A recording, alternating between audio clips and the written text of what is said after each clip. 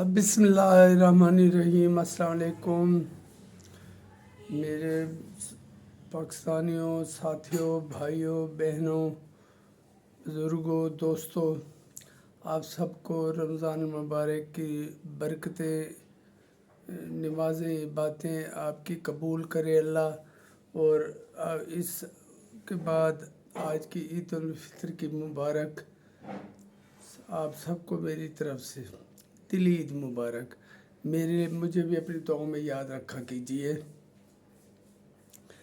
یہ آج in fact morning میں فرسٹ ٹائم میں یہ ویڈیو میسیج بنا رہا ہوں کہ بڑا دن ہے، تو یقیناً میں اپنا سلام اپنے ساتھیوں کی خدمت میں عرض کروں۔ کل ایک بہت بڑا دن تھا۔ کل بہت بڑا دن تھا جس میں سینٹ کا پہلے ان ممبران نے حلف لیا جو کہ حلف نہیں اٹھا سکے تھے، اور پھر دوبارہ سیشن ہوا۔ اس میں سید یوسف گیلانی، جن کے مقابلے میں کسی نے کاغذات جمع نہیں کروائے تھے، اور پی ٹی آئی کی تو عادت ہے میدان خالی چھوڑ دینا، تو سید یوسف گیلانی جن کے بارے میں میرا تاثر تھا کہ وہ 55 سے 60 سیٹس تک لیں گے، اور لیکن وہ بلا مقابلہ منتخب ہو گئے Senate chairman Senate of Pakistan. اللہ انہیں کامیاب کرے اور ہمارے ملک میں بہت بہتریاں پیدا ہوں، اور الحمدللہ یقیناً صدر آصف علی زرداری صاحب کی رہنمائی میں وہ ہمارا ملک بہت تیزی سے آگے بڑھے گا، آمین انشاءاللہ۔ کل جب گیلانی صاحب چیئرمین کا حلف اٹھا رہے تھے، پھر ان کے بعد انہوں نے جب تقریر کی تو اس میں کچھ باتیں تھیں جو بہت نوٹ کرنے والی تھیں۔ ایک تو یہ کہ ان کی تقریر کرتے ہوئے آواز بھرا گئی، جس پر انہوں نے قابو پانے کی کوشش کی، لیکن وہ جو میسیج دینا چاہتے تھے وہ دے دیا گیا تھا، ان کی طرف سے نکل چکا تھا، ڈیلیور ہو چکا تھا۔ کل 9 اپریل تھی، اور کل ہی کے دن موجودہ پاکستان کے بانی، موجودہ پاکستان کو دنیا عالم اسلام میں خصوصاً اور تھرڈ دنیا میں عموماً ایک بہت بڑا لیڈر جو ذوالفقار بھٹو شہید کی صورت میں پاکستان کو اللہ نے دان کیا تھا، اللہ نے پاکستان کو تحفہ دیا تھا ان کی صورت میں۔ انہوں نے 73 کا متفقہ آئین پاکستان کو دیا تھا، اور یہ ماننے میں کوئی ہچکچاہٹ نہیں کہ آج تک ہم کو جتنے بھی حقوق میسر ہیں وہ سارے اسی شخص کی، شہید ذوالفقار بھٹو کی عنایات ہیں، جو اللہ نے انہیں توفیق دی اور انہوں نے ڈیلیور کیا۔ ان سے پہلے ذوالفقار بھٹو سے پہلے 1 ووٹ 1 مین کا رواج کوئی نہیں تھا۔ پورے ایسٹ پاکستان اور ویسٹ پاکستان میں 85,000 ووٹر تھے، جو کہ بی ڈی ممبران کی صورت میں تھے، جنہیں 5,000 اس وقت ایوب خان نے دیے تھے۔ 13 کروڑ کی آبادی کے ملک میں اس وقت 13 سے بھی زیادہ ہوگی، 13 تو اس وقت تھی نا جب پاکستان بنا تھا، لیکن جب مشرق کے پاکستان کی جو الیکشن ہوئے، اس سے پہلے جو اصل بات تھی وہ 70 کے الیکشن سے پہلے جو غیر جماعتی بلدیاتی الیکشن کروائے گئے تھے، جن میں بڑے بڑے علاقوں میں ووٹر کہتے ہیں بی ڈی ممبر تھے، ادھر اور مغربی پاکستان اور مشرقی پاکستان میں ملا کر 85,000 ٹوٹل ووٹر تھے، جن میں ہر بندے کو مجھے یاد ہے میرے کوئی بزرگ تھے جنہیں 5,000 حکومت کی طرف سے دیا گیا تھا. یہ میں بات کر رہا ہوں 68 کے 67 کے الیکشن جب بلکہ محترمہ فاطمہ جناح کے الیکشن کے بارے میں.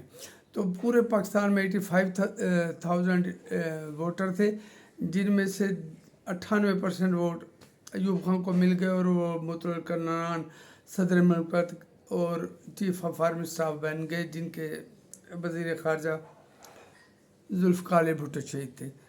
پارٹی بنتی ہے جو کچھ الیکشن کے دور میں ہوتا تھا وہ میں بتاتا رہتا ہوں واضح، لیکن ون ووٹ کا حق ذوالفقار علی بھٹو نے دیا تھا. اور جب وہ اقتدار میں آئے تو انہوں نے سب سے پہلے پاکستان میں شناختی کارڈ کا اجرا کیا. ہمیں اپنی شناخت دی، ہم اس کارڈ کے بدلے میں کی صورت میں ہمیں دنیا میں پاکستانی تسلیم کیا جاتا ہے. اور نمبر 1 پاسپورٹ قائد عوام شہید ذوالفقار علی بھٹو کا تھا. پھر انہوں نے اپنے دور میں پاسپورٹ کی سہولت پاکستان کو دی. سب پاسپورٹ انٹروڈیوس کروایا گیا اور آج تک ہم اس پاسپورٹ پر باہر کے ملکوں میں اپنے اوورسیز بن کے رہتے ہیں یا وہاں جا کر کام کرتے ہیں.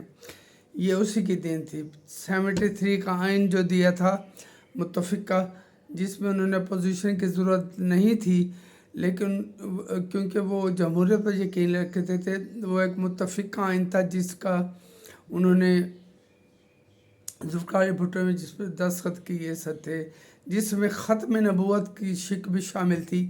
اور اس وقت انہوں نے اس بل پر دستخط کرتے ہوئے کہا تھا کہ میں اپنی موت کے پروانے پہ دستخط کر رہا ہوں. اور پھر اسی اپریل کی 4 تاریخ کو ذوالفقار علی بھٹو شہید کو تختہ دار پر چڑھا دیا گیا.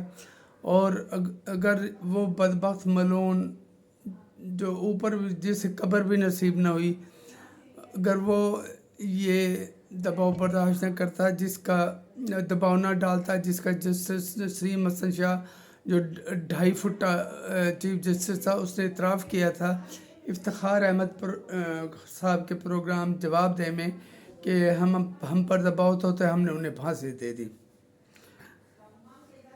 آپ اتنا دباؤ برداشت کر نہیں سکتے. ایک عام آدمی بھی ہونا تو اس کے لیے بھی ایک طریقہ ہے، ایک پروسیجر ہے. پہلے سیشن میں جاتا ہے، پھر ہائی کورٹ میں جاتا ہے، پھر سپریم کورٹ میں جاتا ہے، انٹر اپیل کورٹ ہوتے رہتے ہیں. لیکن ذوالفقار علی بھٹو کا مقدمہ ڈائریکٹ ہائی کورٹ میں چلایا گیا.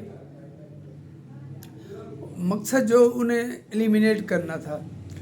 خیر وہ بدبخت 4 اپریل کا دن آیا اور ذوالفقار بھٹو ہم سے شہید ہو گئے. یہاں یہ بتاتے ہوئے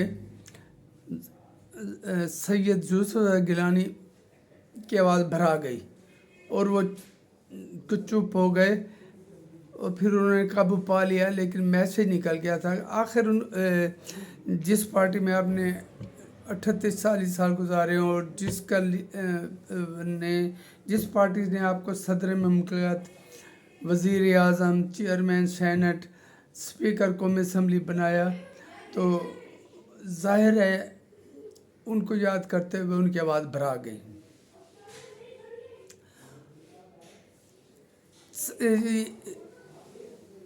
میں اب کیا کہوں،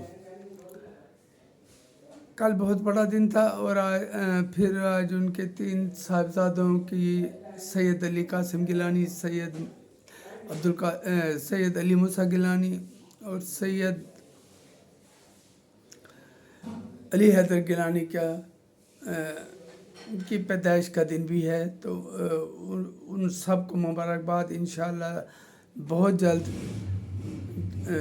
سید علی قاسم گیلانی بھی بطور MN قومی اسمبلی میں جا کر بیٹھیں گے اور ملتان کی عزت میں وقار میں مزید اضافہ ہوگا.